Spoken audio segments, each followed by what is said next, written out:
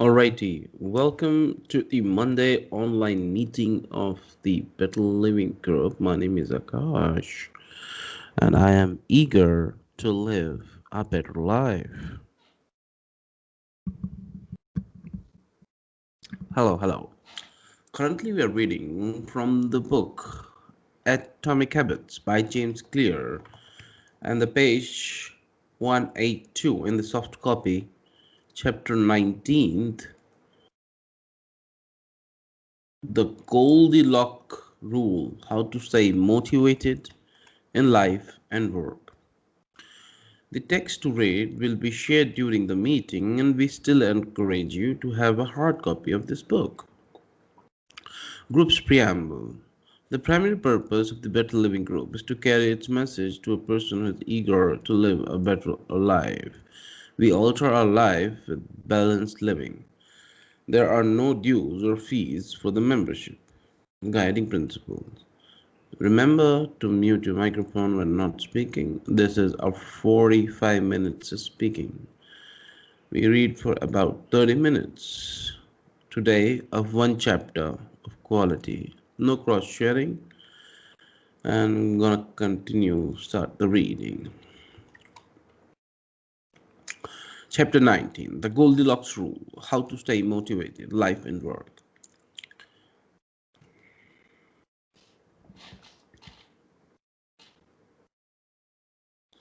In 1955, Disneyland has just opened in Anaheim, California, when a 10-year boy walked in and asked for a job. Labor laws were loose back then, and the boy managed to land the position selling guidebooks for 50 cents a piece. Within a year, he transitioned to Disney Magic Shop, where he learned tricks from the older employees. He experimented with jokes and tried out simple routines on visitors. Soon he discovered that what he loved was not performing magic, but performing in general. He set his sights on becoming a comedian. Beginning in his teenage years, he started performing in little clubs around Los Angeles. The crowds were small and his act was short. He was rarely on the stage for more than 5 minutes. Most of these people in the crowd were too busy drinking or talking with friends to pay attention. One night, he literally delivered his stand up routine to an empty club. It wasn't a glamorous work, however, there was no doubt he was getting better. His first routine would only last 1 or 2 minutes. By high school, his material had expanded to include 5 minute act, and a few years later, a 10-minute show. At 19, he was performing weekly for 20 minutes at a time. He had to read 3 poems during the show just to make the routine long enough. However, his skill continued to progress. He spent another decade experimenting, adjusting, and practicing. He took a job as a television writer gradually, and he was able to land his own appearances on all talk shows. By mid 1970s, he had worked his way into being a regular guest on the Tonight shows and the Saturday Night Live. Finally, after nearly 15 years of work, the young man rose to his fame. He toured 60 cities in 63 days, then 72 cities in 80 days, then 85 cities in 90 days. He had 18,695 people attended one show in Ohio. Another 45,000 tickets were sold for his 3 day shows in New York. He catapulted to the top of his genre and became one of the most successful comedians of his time. His name is Steve Martin. Martin's story offers a fascinating perspective of what it takes to stick with habit for the long run. Comedy is not for the timid. It is hard to imagine a situation that would strike fear into the heart of more people than performing alone on stage and failing to get a single laugh. And yet, Steve Martin faced this fear every strong for 18 years. In his word, 10 years spent learning, 4 years spent refining, and 4 years as wild success. Why it is that people like Martin stick with their habits, whether practicing jokes or drawing cartoons or playing guitars, while most of us struggle to stay motivated. How do we design habits that pull us in rather ones that fade away? Scientists have been studying this question for many years.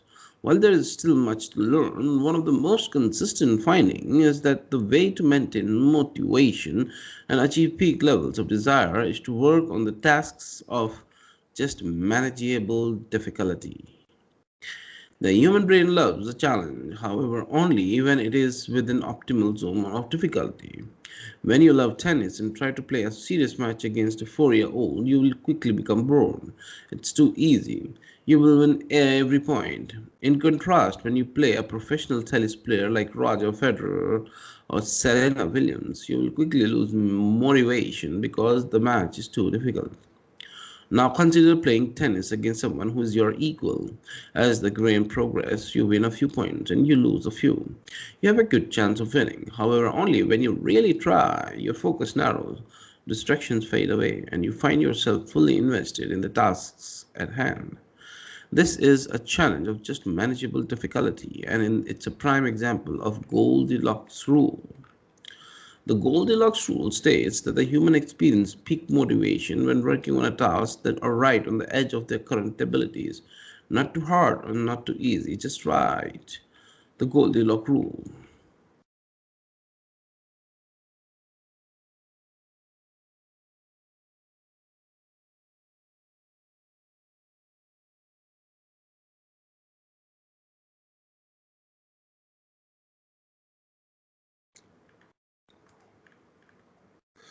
Maximum motivation occurs when facing a challenge of just manageable difficulty.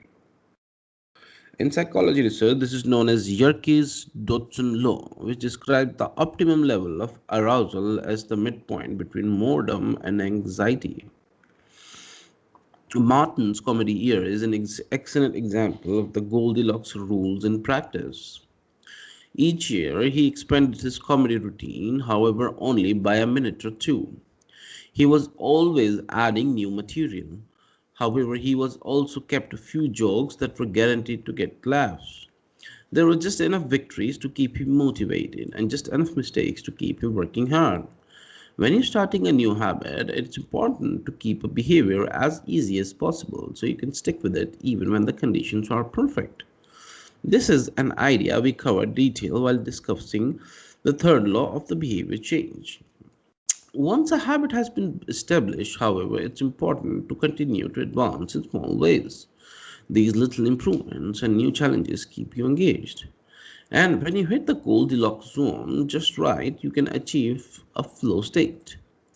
A flow state is the experience of being in the zone and fully immersed in an activity. Scientists have tried to quantify this feeling.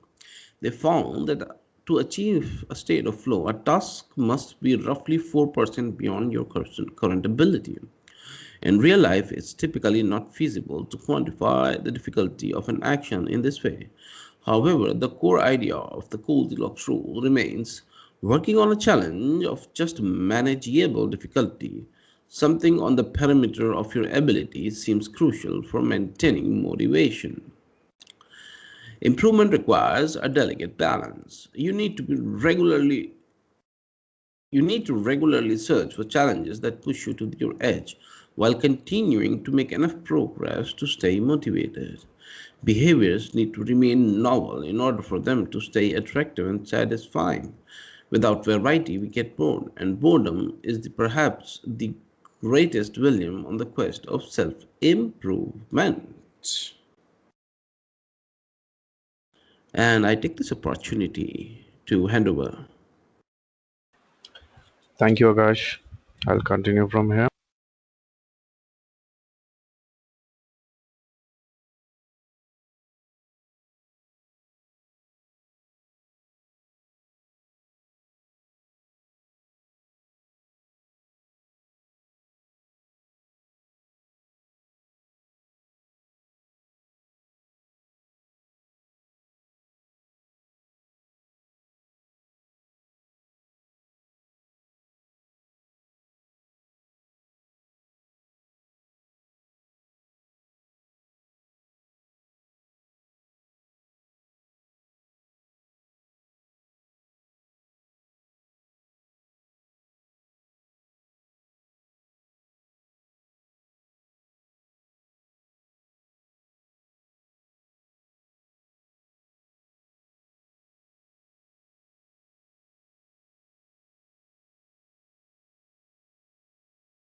Amrish, are you speaking?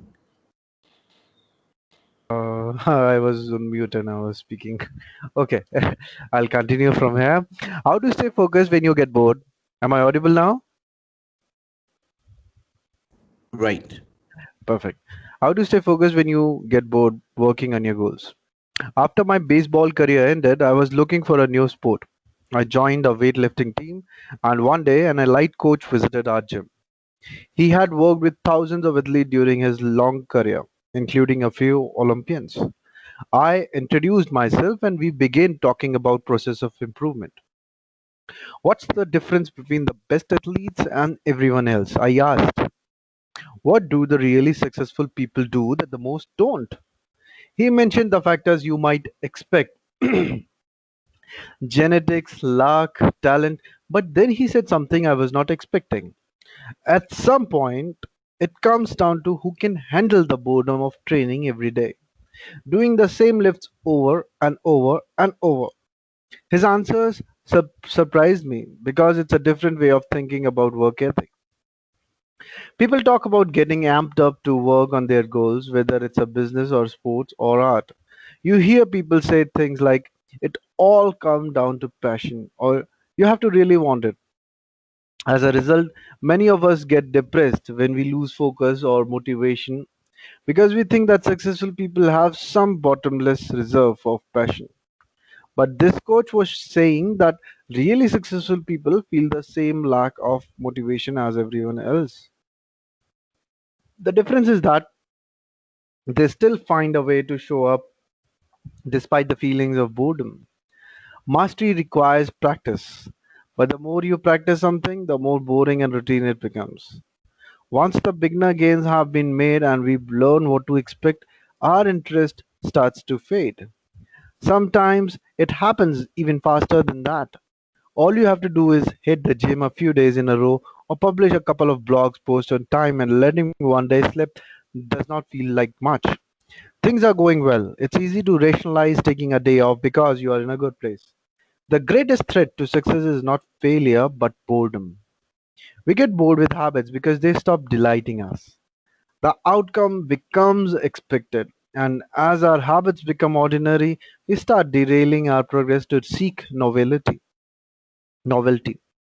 Perhaps this is why we get caught up in a never ending cycle, jumping from one workout to the next, one diet to the next, one business idea to the next.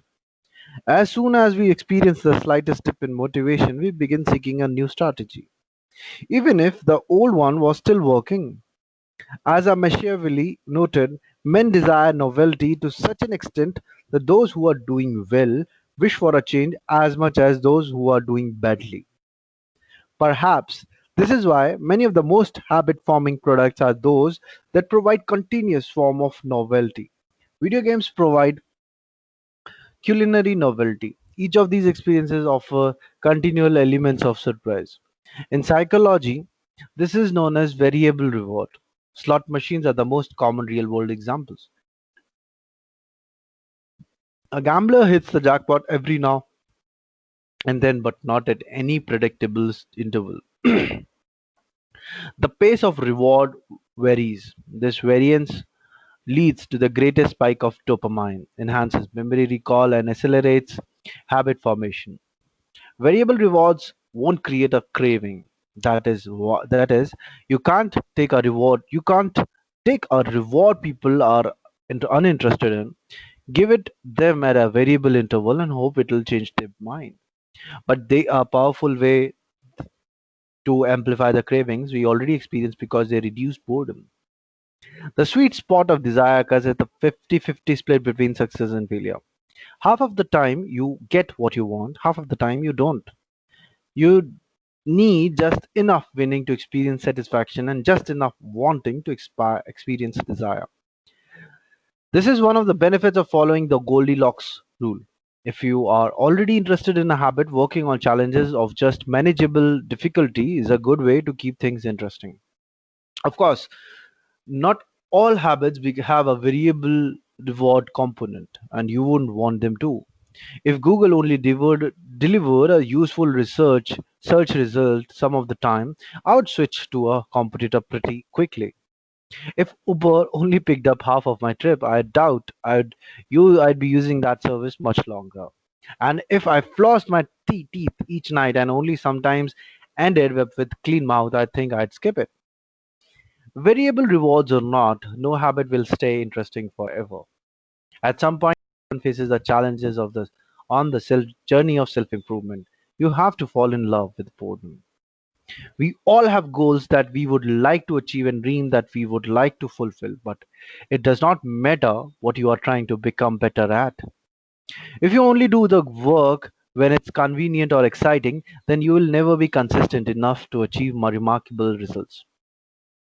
I can guarantee that if you manage to start a habit and keep sticking to it, there will be days when you feel like quitting. When you start a business, there will be days when you don't feel like showing up. When you are at the gym, there will be sets that you don't feel like finishing. When it's time to write, there will be days that you don't feel like typing, but stepping up when it's annoying or painful or draining to do so. So that's what makes the difference between a professional and an amateur. Professional Professionals stick to the schedule. Amateurs let life get in the way. Professionals know what is important to them and work towards it with a purpose. Amateurs get pulled off course by the urgencies of life. David Kine, an author and meditation teacher, encourages his students to avoid being fair weather meditators. Similarly, you don't want to be a fair weather athlete or a fair weather writer or a fair weather anything.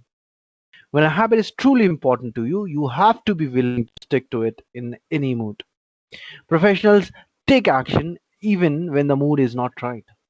They might not enjoy it, but they find a way to put the reps in.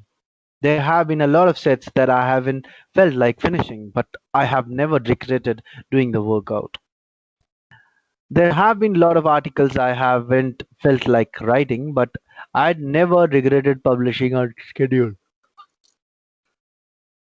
There have been a lot of days I felt like relaxing, but I have never regretted showing up and working on something that was important to me. The only way to become excellent is to be endlessly fascinated by doing the same things over and over. You have to fall in love with boredom. Chapter summary. The Goldilocks rule states that the human experience when working on tasks that are right on the edge of their current abilities. The greatest threat to success is not failure, but boredom. As habits become routine, they become less interesting and less satisfying. We get bored. Anyone can work hard when they feel motivated. It is the ability to keep going when work is not exciting that makes the difference. Professionals stick to the schedule, amateurs let life get in the way. Chapter 20. The downside. I think, Amrish, it's enough for today. Okay, Thank you very much for reading, and I'm gonna open the floor for shares. Yeah. okay. Thank you.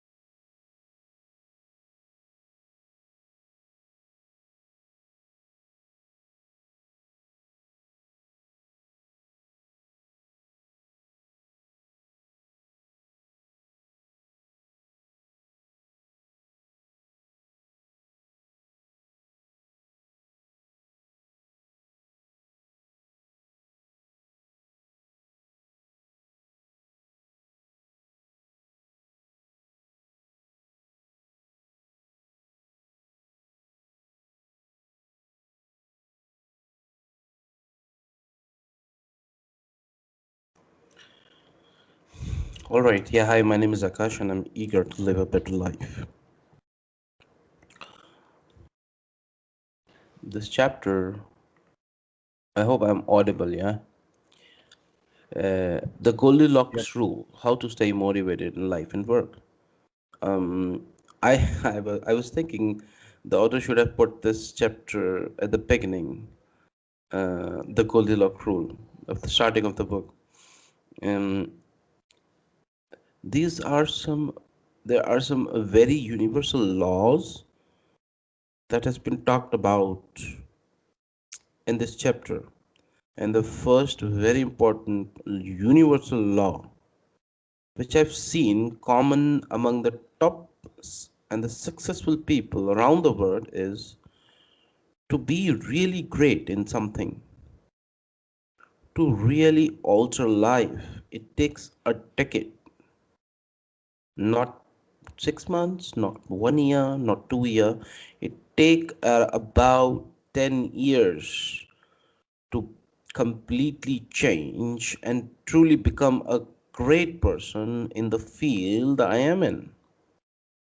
And author is also saying that you gotta love that thing. However, that love fades away after 1 year or 2 year. And this chapter is a reminder.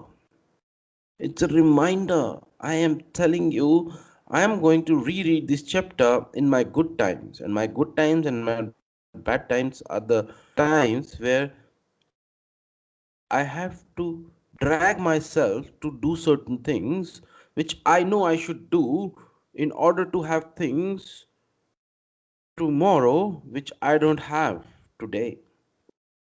And I don't feel like doing it. The boredom is there.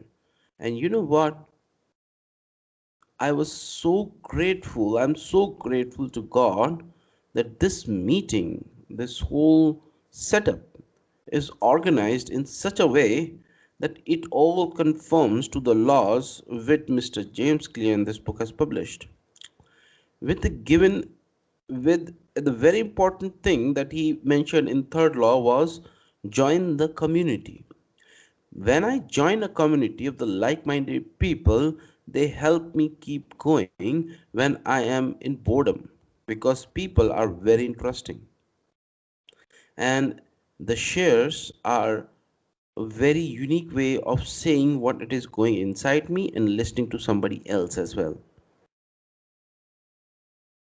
So I think I am the most grateful person on this earth right now. I'm so thankful that I, along with you people, especially you, Amrish, am doing this, and I know to to be really great, it takes a decade, and we have been doing it for last 7 months, and so at least 7% of 100% the greatness we have reached, and I think we are just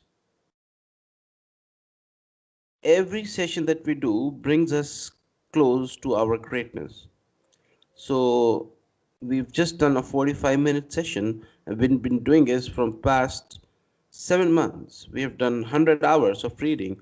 We have bought 100 hours of greatness inside us.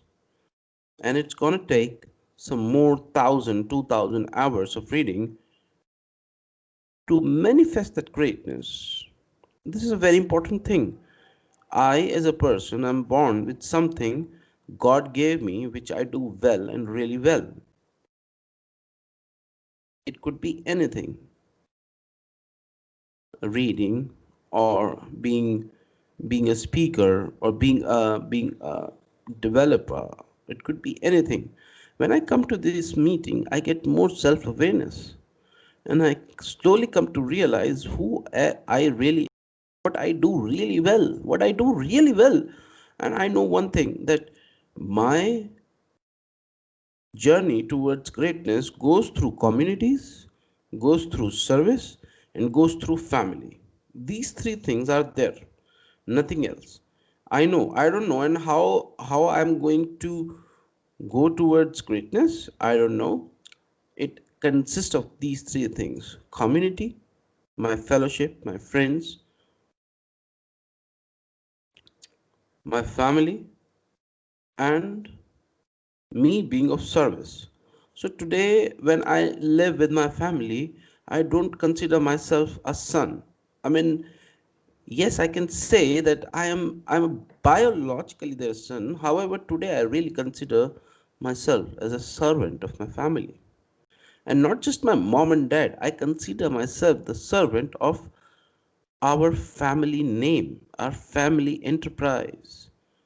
So my parents and my grandparents are all the part of that family chain, that family enterprise. In my language, it is called as kutum. I am the sevak, I am the servant of my kutum.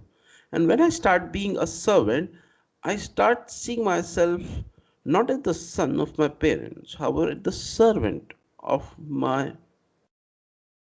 family name. And that is the only way I can bring the glory and the pride to our family name. And this is what I really want. It could be done via me or via someone else. I just want to take our family to the new heights. And when I see myself being a servant, I don't get bothered with small or any tantrums that people throw at me, because people have the habit of dragging you down to their own level of mindset. Not today and not my lifetime. I know I have the faith that is unshakable. I have a belief which is relentless, and I have a trust in you people which is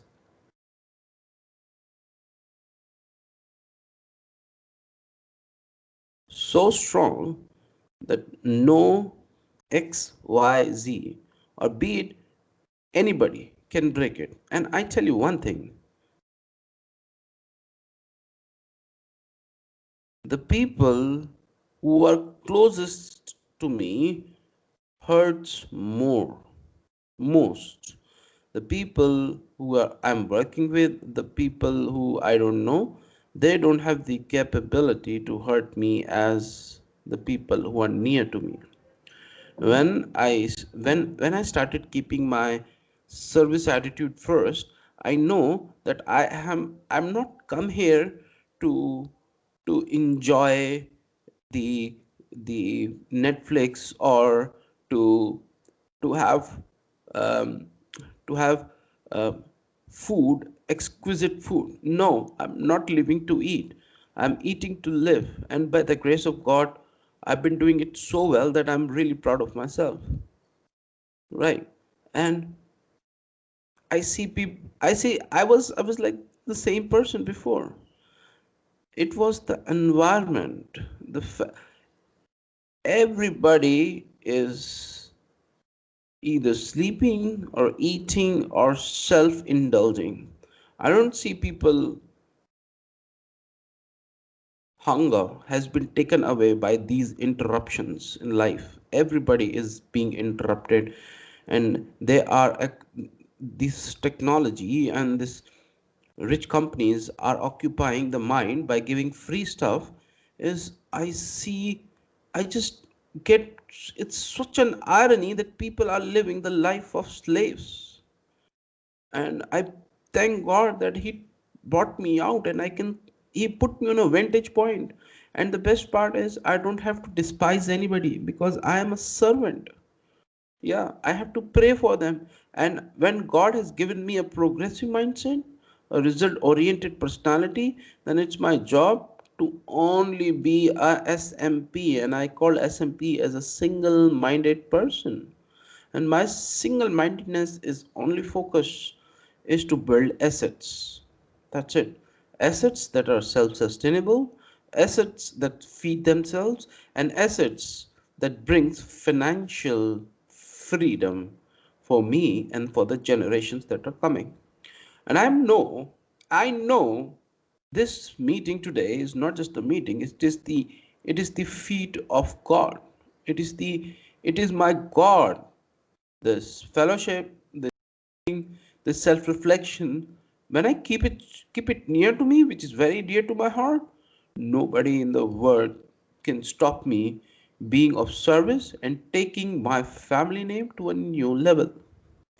And this is the chain of being of service. I am being of service of my family name. My family name is being service of the society, of my country.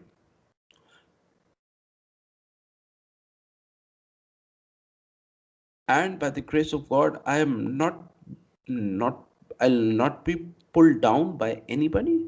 And I'm so grateful that He let me do it with a smile on the face. That is called this the real man. I'm really happy that I can call myself a real man. I was born a male. My God turned me to a male man. I was born a male. He turned me to a man, and I'm slowly turning towards the alpha man.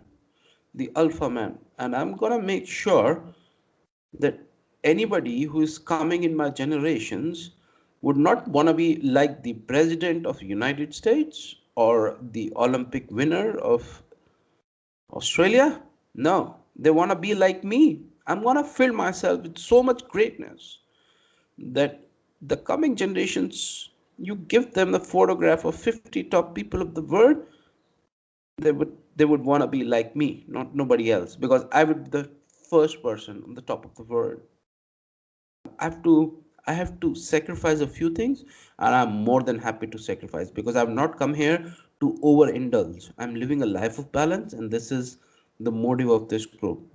Living a life of balance. Yeah, I I can indulge myself for few minutes or few minutes for the sake of the family's interest. However, I know what my limits are today. Just the grace of God, and God has always put me in front of Him. He's always taken care for me. He's always protected me, directed me, and corrected me. And I'm really grateful that this quality of life, I can see myself changing very. I don't want to see myself what's happening. I just want to keep going. This journey is very beautiful. And thank you, Amrish, for being my tandem partner in this. And I know this life, as I see it, is changing. I'm going places, and yeah, and I'm really grateful today for everything that has been given to me, and every cell of my body is shouting that today it's filled with gunpowder, and nobody in this world can stop me being the awesomest person living on this earth. Thanks, and I will pass. Thanks, Akash.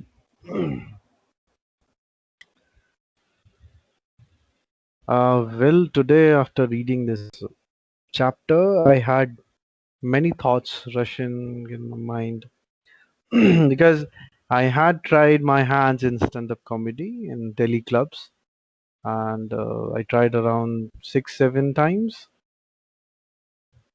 It was a boost, a gush of blood when I was standing because there was a fear of stages.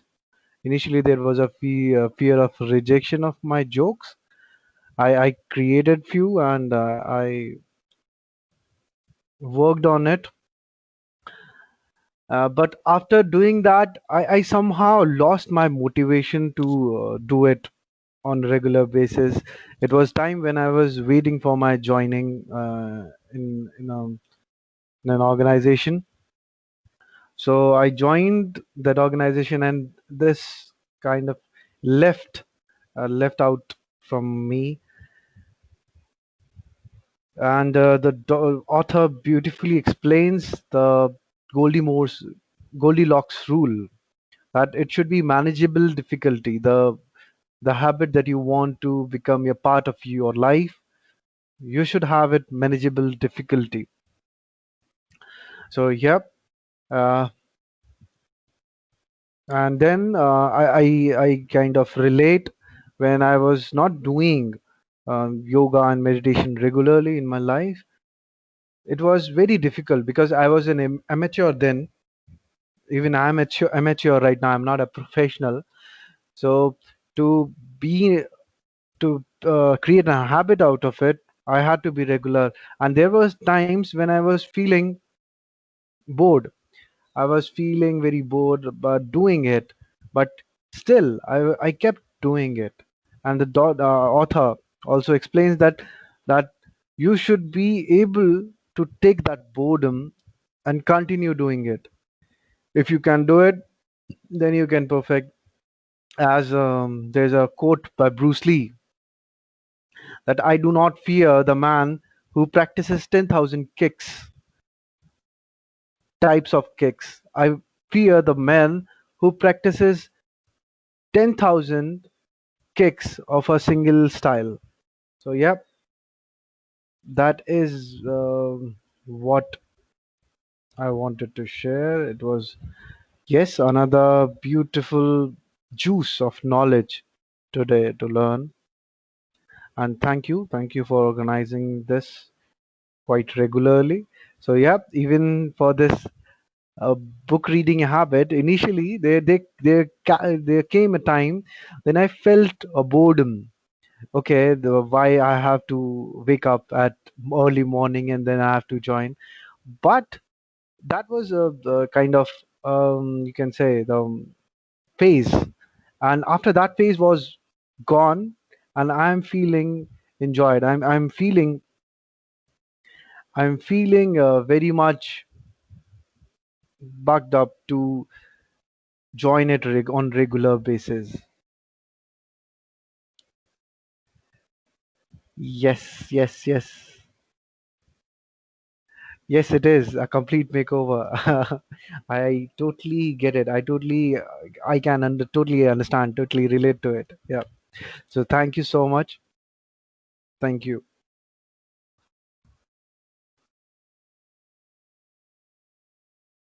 Thanks, Amrit. Really appreciate it, and I'm sorry. I just keep repeating. I'm really grateful because today, today is that feeling that, that feeling, that gets more stronger and stronger and stronger. It's like a kid having a birthday. It's gonna be festivities in the evening, and it's gonna be people, and I'm gonna get a lot of attention. Yeah, I'm a social animal. I need attention. However, I should get attention for the right reasons, not because I had a fight with my manager and the HR is giving attention to me. No, no, no. Attention for the right reasons. And as the Bible says, when a man realizes his true gift, the great man of the earth will wait in line to meet that guy. So whatever your and I gift are, I don't know. However, I know for sure it's gonna come more clearer with every session that what is the thing that I really do well. And the moment I know that, I'm gonna run so fast, I'm gonna be so relentless. I'm so relentless right now. I don't know what gonna happen at that time. However, I really like being a life of volunteer. It gives me the opportunity to do what I really want, and this is what I really want, and I can do it like 24/7. So, keeping time and allowing time to be my master, I think I've taken a lot of your time. Thank you for this wonderful session. And one plus one does not makes necessarily means two. One plus one could mean 1,000. So, Amrish, may I request you to lead us out from the meeting today? Sure, sure.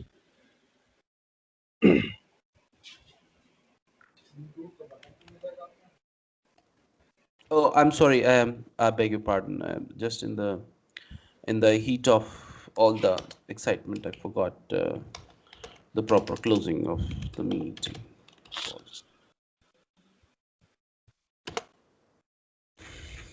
Okay.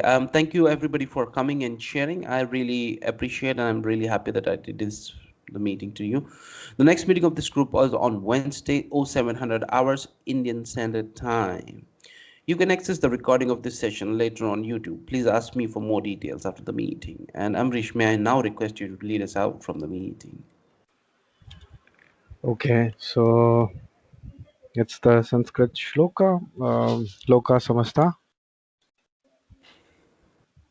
Yeah. loka samasta, So, sukhino bhavantu. Loka samasta sukhino bhavantu. Om Shanti Om Shanti Shanti. Shanti Shanti Shanti. Your wonderful service, and I saw that you arranged the videos and enhanced it with your humor. And thank you for everything. I don't know. I just want to say thank you a lot many times, and just I wish you all the best for you and Tharva, my brother, my little baby. I past this COVID time. I think I am really dying to meet him. I just myself away unwillingly because these are a little bit time of hesitation, and I'm also keeping myself safe, not meeting anybody because Yeah, my functioning is very important, and um, I hope that things get resolved quickly and I can come and meet you. I have your address now, and you are yeah. on Google as well. I know that. So good. Yeah. So I really appreciate it, and yeah, happy 48 hours. Meet you in next 48 hours, sir. Yep, perfect. Okay. Take care. Bye. Thank you. Bye.